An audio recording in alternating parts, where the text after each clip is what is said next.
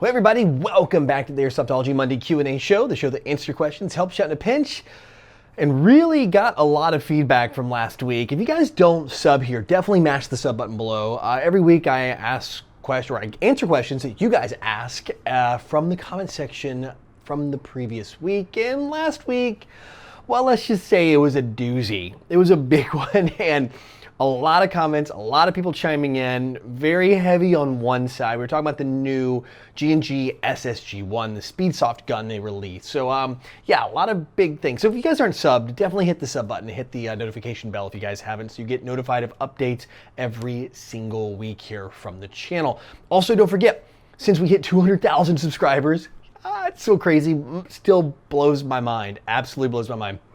I'm humbled. I say it last week, I say it this week. I'm doing 20% off at the web store. So all of the Airsoftology patches, I think like 13 different designs up there, are all still free shipping and 20% off. So you can ship worldwide, free shipping and 20% off. It is the biggest discount we've ever done in the store. And I don't think I'm gonna do 20% anymore. Some of you guys commented like, well, if 200,000 gets you 20, so if you hit 1 million, do we get free patches, like 100%, 100 off? You know what? If we actually hit 1 million on the channel, which I couldn't even imagine that happening here, but if it somehow magically happens, I will like order some special 1 million subscriber patches. I'll just get like a ton of them and then like just ship them. I don't know. I'll find a way to give away free patches. There will be a way. I will do it. I promise you guys and gals. If we hit 1 million, that is totally happening. Anyway, enough about that. Link. Oh, by the way, link to the web store is in the corner or down in the description box below if you guys want to check that out.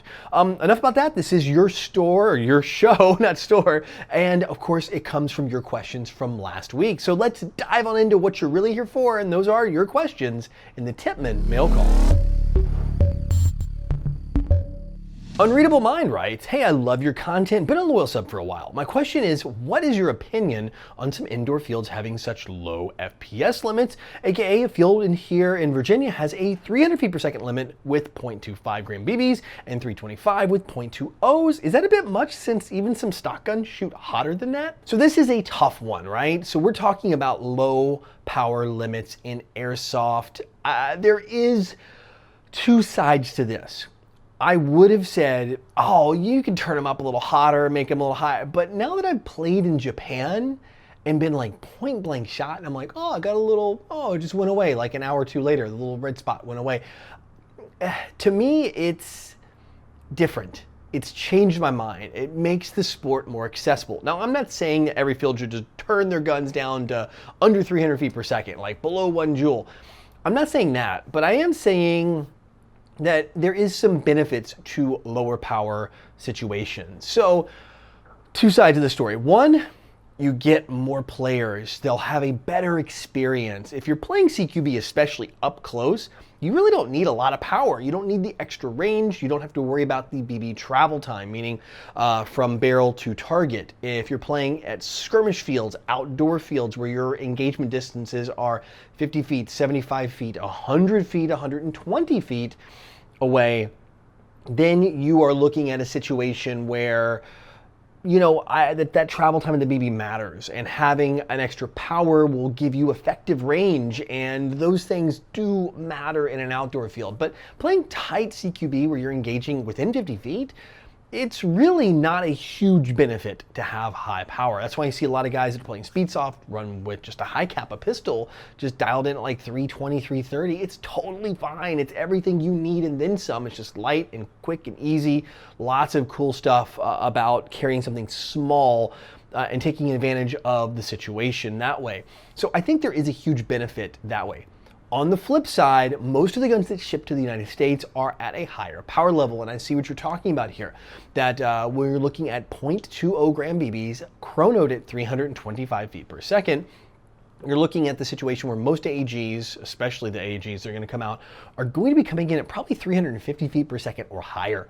So now you have to downgrade every single one of your brand new airsoft purchases. And if there are more fields than just this one, you either have to have two guns, one to play here, one to play somewhere else, or you're constantly upgrading and downgrading. Now, there are quick change spring systems. You can swap the springs out, but most of them aren't exactly quick. They're quicker. You don't have to open the mech box shell, but you still have to take the mech box out of the body. There are some companies that are doing true quick change where you can change through the back, take like the buffer tube off an M4, or you not have to access, just tear apart the gun, take the motor off, at least get to the shell. So you can at least access it without having to take the motor grip and all that away.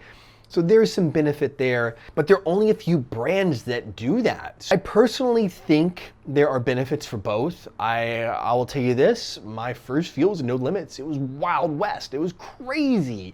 And I had a ton of fun, but I also wonder now, being a little longer in my career, like how many more players would we have had it not been full power and people have been, shot up close. And again, the hobby has changed a lot. Now it's indoor fields. We're talking about an outdoor field, huge engagement distances. It was like 36 acres or 32 acres of play area. It's a huge, huge, huge field. So you needed that extra power to get the range. But indoors, that's where a lot of airsoft is shifting now. Maybe not so much. I don't know. What do you guys think? I want to hear what your field limits are in your area, indoor and out. What are your power limits? I know certain countries have high limits. Some are lower. They're regulated by the government. Let me know in the comment section below. I'd love to kind of get a conversation going about this, and maybe we can try to figure out what's a good number for indoor and out. That humorous elf 22 writes, favorite Pop-Tart flavor? Brown sugar cinnamon. Frosted, for sure. William Temple writes, trying to get ready for my first Milsim West event in West Virginia coming up, and I don't have a big budget, so I'm going to go Russian militia. Just going to buy a SEMA AK. How many mags should I get, and what else they don't have listed should I pick up? So first off, Milsim West does a fantastic job with a packing kit list. They make you have pretty much everything you're going to need to bring out to have a comfortable and real experience in the field. Now, the way Milsim West works is they issue you your BBs. You're not gonna be able to just load up 10,000 rounds of BBs and load your magazines and go crazy. I would, however, look into carrying probably the mag in your gun plus about 3 spares. That's just usually what I do. You're gonna be out there the whole time. We're talking mid caps here too. At least 4 mags for AK. Depending on the round count, you might even want to go a few more, have some extras. You never know when you have that last mag and your buddy's calling for it and you can throw it to them. Because of ammo, the way Milsim West works, they issue you ammo that you may have one of the only mags that have rounds in it. So you might be tossing them out and you may not get them back for a while. So I would plan for spares. That's just for me because of the nature of a Milsim West game, the strategy around ammo conservation. Plus, actually on the flip side, you're not gonna be shooting a lot. You really aren't. You'll have some firefights that are intense, but not like a normal skirmish game or other Milsim events that you've been to maybe or have even seen in videos and stuff. There won't be a lot of crazy, crazy fire. You'll have to be careful about your ammo usage because you may only have like 100 rounds loaded in your magazine or 200 even, if that, and that's all you have and you don't know when you're gonna get it. And you kill another player, you can take their BBs off their dead body, but you may not. You may get killed and they can take your BBs from you. So it's a tough one, but I would bring some extra mags just to have in case you're gonna be tossing those out to your teammates. Since you're militia, you're playing kind of Russian side. If you guys don't know, Milsim West has some very strict uniform requirements, but they do have a militia or sometimes civilian faction, so you're not having to dress perfectly as a Russian soldier, depending on the unit you're going to be doing the impression of, or as a NATO soldier, depending on the unit you're going to be doing an impression of. You can kind of play militia where you can hodgepodge your stuff together. So definitely a way to carry mags. Milsim West kit list is pretty darn good. I would look at some Milsim West videos. Jet and Leah, both Jet Desert Fox and Unicorn Leah, both have some great videos. Look at how the barter system works and some things that like after hours, things like that. You may want to watch their videos and see it's like, oh, people are trading this and doing things. You can maybe, there's always a role play component to the Milsim West game. So you may want to watch some of those, see what the trends are, and bring some of those things to help maybe barter as you go out and play. But again, weight matters, size matters. You're going to be like packing and camping a lot out in the field, so you don't want to bring too many things. But yeah, I'd say 4 mags, probably okay, maybe 5. You could go more. I know NATO side, they'll do a full complement kit and all that. Some do assaulters kits, but just factor in the idea that you may lose mags, you may lend them out. So if you want to err on the side of extra. Sneaky Sniper writes, what are your thoughts on younger airsoft YouTubers such as myself? Do you think that experience in the sport matters more than the age of the player? I will tell you this, when it comes to YouTube, enthusiasm and realism matters. This camera will see right through anybody who's going to be trying to fake it, right? If you're faking it, if you're not genuine and real, it will show. It will absolutely show. You need to have a passion for this hobby for people to watch and be like, yeah, this guy's kind of into it, right? He gets it.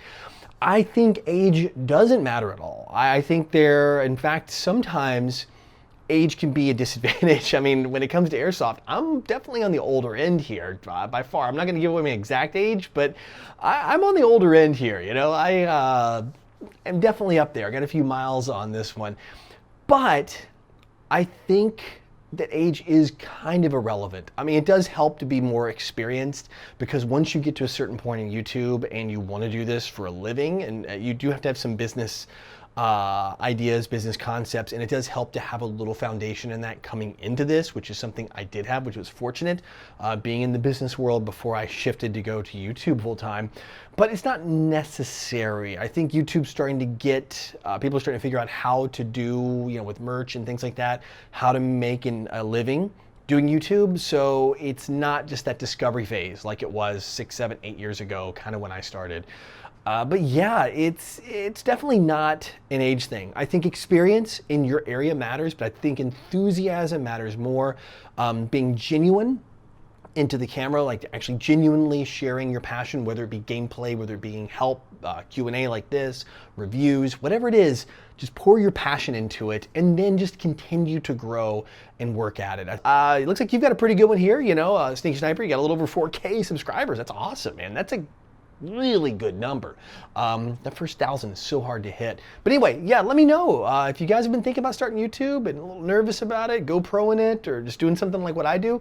Let me know. Seriously, I want to see it. And again, continue to put your videos down there of your channel or channels you love on YouTube, people you know, people you play with that are up and coming YouTubers, or even big channels, it doesn't matter. And I'm going to continue to share them here. All right, that's it for questions this week. And as promised, it is the Code Red Headsets video recommendation of the week. This one comes from viewer MDev recommending Grimnir Tactical. And this is a team, one player actually doing most of the voiceover work, but it's a team and they do Milsim videos. This one is coming from a Milsim West game, since we were talking about Milsim West earlier. Kind of a big full circle tie-in on this video. Kind of unintentional, but it worked out anyway. So yes, definitely one to check out. These guys are doing gameplay from Milsim Ops, little voiceover and stuff like that. There's a lot of guys out there that do the gameplay videos, but not a lot that are doing the Milsim West approach because it is a different experience. The games aren't as super battle intensive and all that, so it's a lot more challenging to put together something creative and good and solid to highlight the thing that is Milsim West. So I always have a lot of, I'm humbled by their superior firepower, I'd say, by the way they do these things. So yeah, definitely a channel you want to check out. These guys are going to be one of the up and coming Milsim channels. They keep going, keep posting the videos, keep being regular. Definitely one to watch. And I enjoyed what I saw. Of course, mash that sub button, and another one to add to my subscriber list. But if you have your own channel, like I said earlier, please put it in the sub channel below, or the comment box below. Don't forget to also put it down below if you have a channel you love to watch, airsoft or airsoft-ish related.